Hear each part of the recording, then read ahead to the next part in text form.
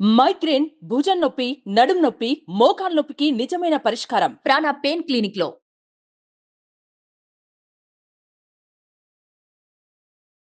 నమస్కారం డాక్టర్ ప్రదీప్ జోషి గారు. శ్రీమాత్రే నమః. చీమలకు సంబంధించినటువంటి పర్టికులర్గా వేదిక్ నాలెడ్జ్ అసలు ఏం చెప్తుంది సార్? ఎందుకంటే ఇంట్రెస్టింగ్గా చెప్తూ ఉంటారు.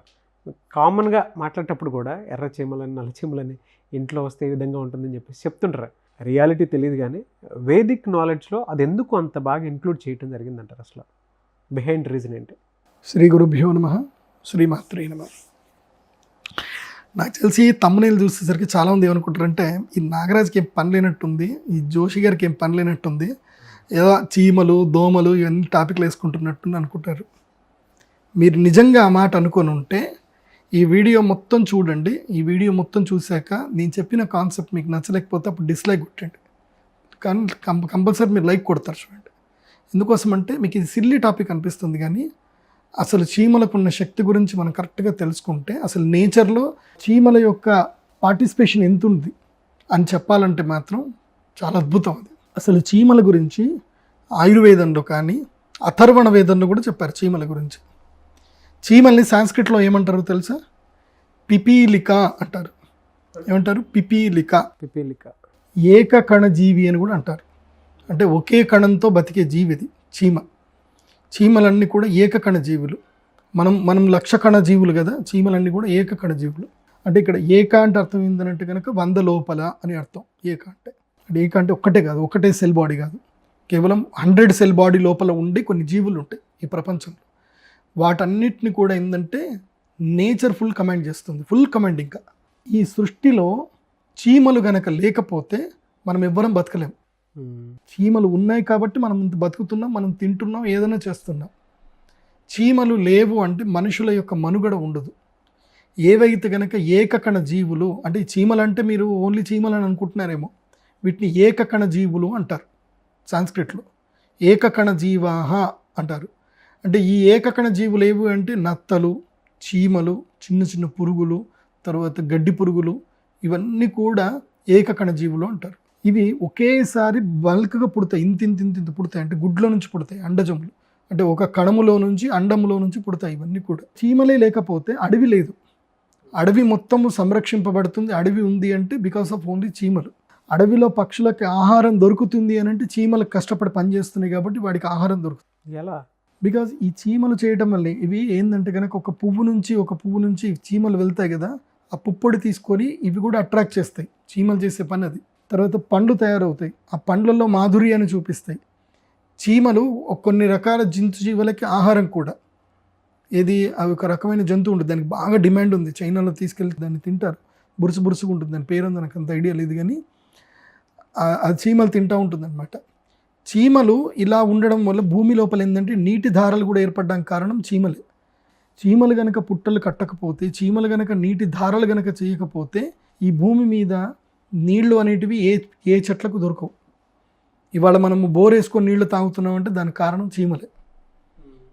చీమలు దారులు చేస్తాయి, లోపలన్నీ సొరంగాలు చేసుకుంటూ వెళతాయి. కాబట్టి వర్షం పడ్డ నీళ్ళన్నీ కూడా భూమి లోపలికి ఇంకడానికి కారణం చీమలే. సో చీమలు మహాద్భుతమైన శక్తివంతమైన జీవులు. అది చీమలకి ఒక శక్తి ఉంటుంది. ఏ ఇంట్లో అయితే కనుక నెగిటివ్ ఎక్కడ ఉంటుందో ఆ ఇంట్లో విపరీతమైన చీమలు వచ్చేస్తాయి. నెగిటివ్ని సింబల్ చూపిస్తాయి చీమలు.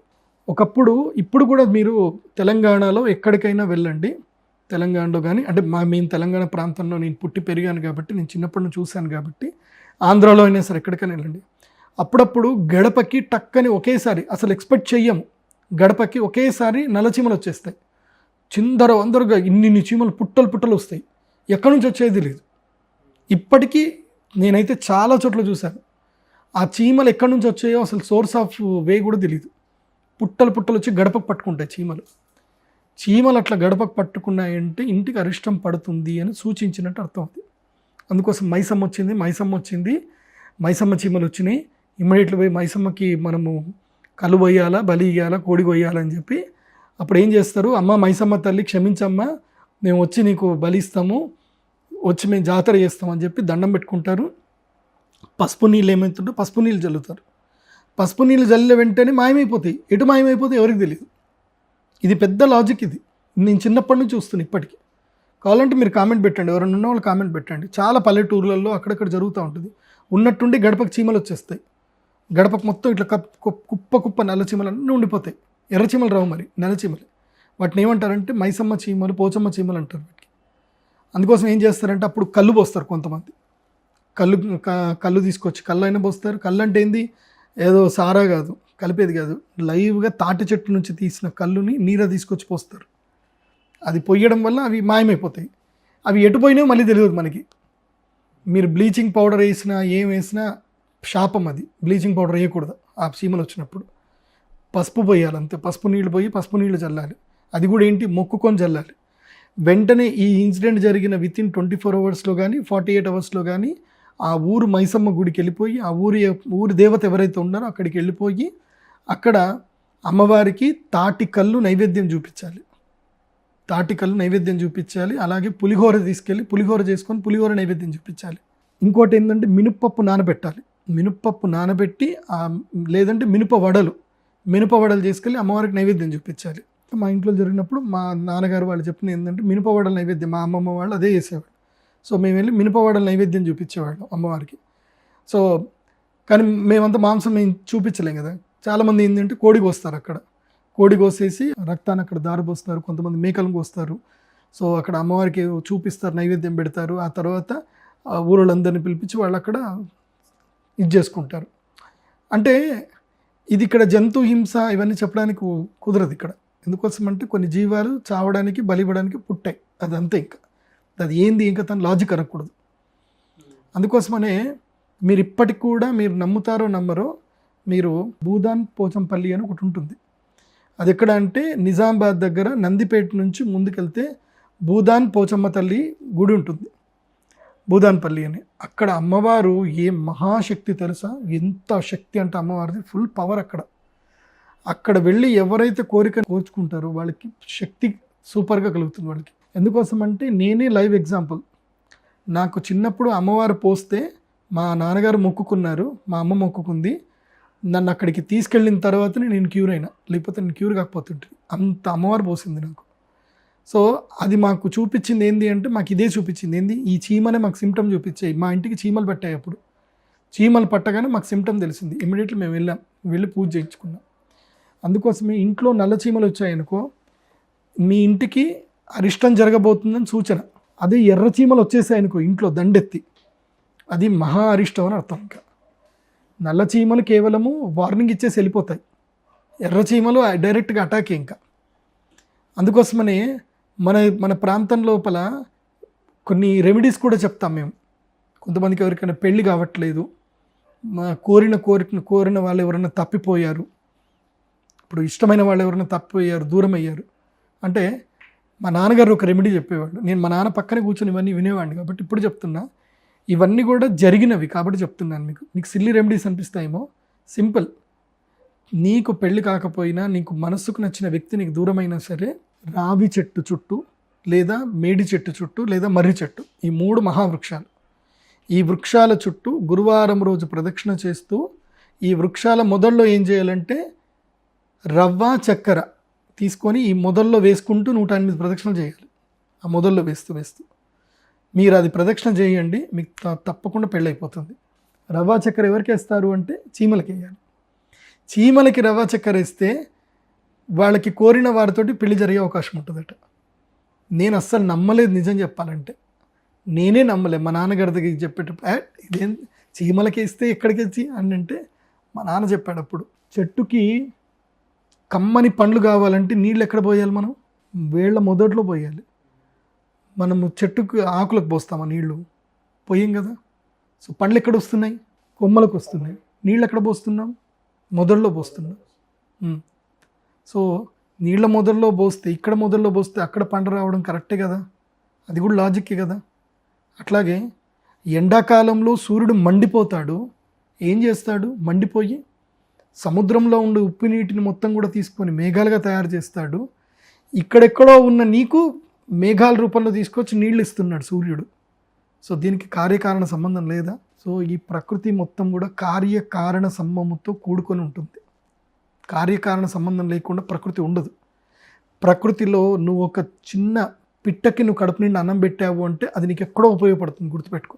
ప్రకృతిని ప్రేమించండి, ప్రకృతిని పూజించండి, ప్రకృతిని కాపాడండి.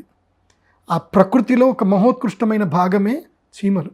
చీమలు మైసమ్మకి ప్రతిస్వరూపాలు అంటారు, నల్ల చీమలు. ఎల్లమ్మకి ఎర్ర చీమలు. ఎల్లమ్మ అంటే బాగా కోపం. అందుకోసమే ఇప్పటికీ కూడా మన సనాతన ధర్మంలో గ్రామ దేవతలను ఇప్పటికీ పూజిస్తాం మనం. మేము ఎక్కడికైనా మేము ఏ ఊరికైనా పోయినా సరే ఊర్లో ఎంటర్ అయ్యేటప్పుడు గ్రామ దేవతకి దండం పెట్టుకోవాలి. పెట్టుకుంటే నీ పని తొందరగా అవుతుంది. ప్రతి ఊరికి ఒక గ్రామ దేవత ఉంటుంది. ఆ గ్రామ దేవత ఏంటంటే ప్రకృతిని సూచిస్తుంది. ఆ ఊరిని మొత్తం కాపాడే బాధ్యత ఆ గ్రామ దేవతకే ఉంటుంది. ఒక ఎనర్జీ. ఎప్పుడైనా ఒకటి గుర్తుపెట్టుకో, ఏ ఊరిలోనైనా సరే ఇప్పటికీ ఒక సాంప్రదాయం తెలంగాణలో ఉంది. ఇవి చాలామందికి తెలియదు ఇవన్నీ కూడా. అంటే మేము తెలంగాణలో చూసేవాళ్ళం కదా. వేప చెట్టుకి చీమల దండు ఎప్పుడు పట్టదు. వేప చెట్టుకి చీమల దండు పట్టింది అంటే ఆ ఊరికి అరిష్టం రాబోతుందని అర్థం. వేప చెట్టుకి చీమలు ఎప్పుడు పట్టవు చూడు కావాలంటే. వేప చెట్టుకి ఎర్ర చీమల దండు పట్టింది అని అంటే ఇంకేంది, అయిపోయింది, ఆ ఊరు వదిలిపెట్టుకోవాలి అనేవాళ్ళు. అంత జరిగేది. వేప చెట్టుకు పాలు గారడము ఇవన్నీ కూడా మనం విన్నాం. వేప చెట్టుకు పాలు గారుతాయి. ఎప్పుడైనా వేప చెట్టుకు పాలు గారింది అని అంటే అయిపోయి అంతే. అందుకోసమనే వేప చెట్టు లేని ఊరు కూడా ఉండకూడదు. ప్రతి ఊరిలో వేప చెట్లు ఉండాలి. వేప చెట్టు ఉంటేనే ఆ ఊరికి రక్షణ. అందుకోసమే మన కోవిడ్ వచ్చినప్పుడు ఇంతమంది మనం బతికి బయటకట్టినామంటే బికాస్ ఆఫ్ ఓన్లీ వేప చెట్లే. వేప చెట్లు లేకపోతే మనం ఏడ బతుకుతుంటుంది. సో చీమల్ని తక్కువ అంచనా ఎప్పుడు వేయకండి. అండ్ ఎప్పుడు కూడా మీరు ఎప్పుడు నడిచేటప్పుడు చీమలు అకస్మాత్తుగా మీ కాలు కింద పడ్డాయి అంటే దానికేం నష్టం ఉండదు. కానీ బలవంతంగా చీమల్ని పట్టి వాటిని హింసించి చేయకండి. నేచర్ భయంకరంగా కొడుతుంది. ఎవరికైతే గనక చీమల వల్ల దోషం కలిగిందని తెలుస్తుంది అనుకో, వాళ్ళకి వెన్నుపాములో పుండ్లు అవుతాయి. వెన్నుపాములో దద్దులు అవుతాయి చూడండి. దద్దులు అయ్యి ఇలా ఇలా ఇలా ఇలా కొరుచుకుంటూ ఒంటి నిండా దద్దులు అవుతాయి. అవి ఎందుకైనా ఎవడికి తెలియదు. అవి చీమల వల్లనే జరుగుతుంది. కొన్ని రకాల చీమల శాపాలు కూడా ఉంటాయండి. ఎందుకోసమంటే ఇది నవ్వినట్టుంటుంది. చీమల శాపం పెట్టడం ఏందని. మనము ప్రకృతిలో మనము దేన్ని హింసించినా ఏవైతే నేచర్కి ఉపయోగపడతాయో వాటి పని నేచర్ పని అవి చేసుకునేటప్పుడు హింసిస్తే మాత్రం నీకు దెబ్బ కొడుతుంది. ఇప్పుడు ఉదాహరణకి నీ ఇంట్లో చీమలు వచ్చాయి, నువ్వు బ్లీచింగ్ పౌడర్ కొట్టుకున్నావు, చేసుకున్నావు, దానికి సంబంధం లేదు. బికాస్ నువ్వు ఉన్న చోటికి అవి వచ్చాయి కాబట్టి దానికి దోషం ఏం లేదు. దానికి నువ్వు నల్ల ఉప్పు వేయడము, లేకపోతే ఉప్పు చల్లడము, లేకపోతే పసుపు నీళ్ళు చల్లడం అనేది బిగ్ సొల్యూషన్, సింపులెస్ట్ సొల్యూషన్. కానీ అడవికి వెళ్ళి అడవిలో ఉండే చీమల్ని, అంటే అవి అడవిని సంరక్షించే చీమల్ని కనుక మనం ఇబ్బంది పెట్టామనుకోండి దబిడి దిబిడే ఇంకా.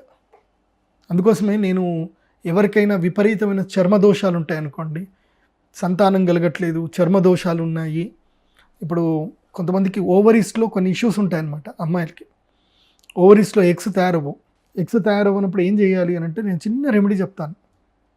వెళ్ళి ఇంత బెల్లం తీసుకెళ్ళండి, ఒక 20 కిలోల బెల్లం తీసుకెళ్ళి ఏ అడవి లోపలకు వెళ్ళండి. అడవి లోపలికి వెళ్ళిపోయి ఆ బెల్లాన్ని అక్కడ పెట్టేసి దండం పెట్టి కొబ్బరికాయ కొట్టి నీళ్లు జల్లేసి పసుపు కుంకుమ వేసేసి ఆ వనదేవతకు దండం పెట్టి మీరు వెనక్కి వచ్చేసేయండి. ఏం జరుగుతుంది తెలుసా? చీమలు వచ్చేస్తాయి అక్కడికి. చీమలు వచ్చి మంచిగా బెల్లం తింటాయి, బెల్లం అన్నీ తీసుకుంటాయి. బెల్లమే అక్కడ ఉన్నప్పుడు అవి ఏం చేస్తాయి, అక్కడనే పుట్ట కట్టుకుంటాయి. ఈ పుట్ట కట్టుకోవడానికి ఏం చేస్తాయంటే లోపటి నుంచి మట్టి తీసుకొస్తాయి, ఇంజనీరింగ్ వర్క్ చేసి పుట్ట కడుతుంది. పుట్ట కట్టడం వల్ల ఎవరికి ఇల్లు? అది నాగరాజుకి ఇల్లు అవుతుంది. తర్వాత ఈ చీమలు ఏం చేస్తున్నాయి, పుట్టగట్ట ఏం చేస్తాయి, అవి బెల్లం తినేస్తాయి, స్థలం ఖాళీ ఇంకా. కానీ అది కట్టడం వల్ల ఏం జరుగుతుందంటే వర్షపు నీళ్లు పడి భూమి లోపలికి ఇంకిపోతాయి, భూమి సస్యశ్యామలం అవుతుంది. ఒక 10 చెట్లు పెరగడానికి అది ఉపయోగపడుతుంది. ఏది, నువ్వు ఎప్పుడో వద్దనుకొని పెట్టిన బెల్లం, దానివల్ల ప్రకృతికి ఎంత ఉపయోగం. సో దీన్ని కార్యకారణ సంబంధం అంటారు. కాబట్టి గుర్తుపెట్టుకోండి, మనము ప్రకృతిలో ఏ జీవిని కూడా కోరి హింసించకూడదు. అత్యాశతోటి, అధిక లాలసతోటి ఏ ప్రకృతి జీవిని హింసించకండి. ఈ ప్రకృతిలో చీమల యొక్క భాగం ఎంత అంటే 10%. నేచర్ని కాపాడే భాగంలో చీమలది ఎంత, 10% ఉంటుంది. చీమలు ఏకకణ జీవులై. అది ఇప్పుడు అర్థమైందా చీమలు అంటే ఏందో? నేచర్లో వాటి భాగం ఉంటుంది, ప్రకృతి దేవతకి ఆ భాగం అది. కార్యకారణ సంబంధం. Thank you sir, thank you so much doctor Pradeep Joshi గారు.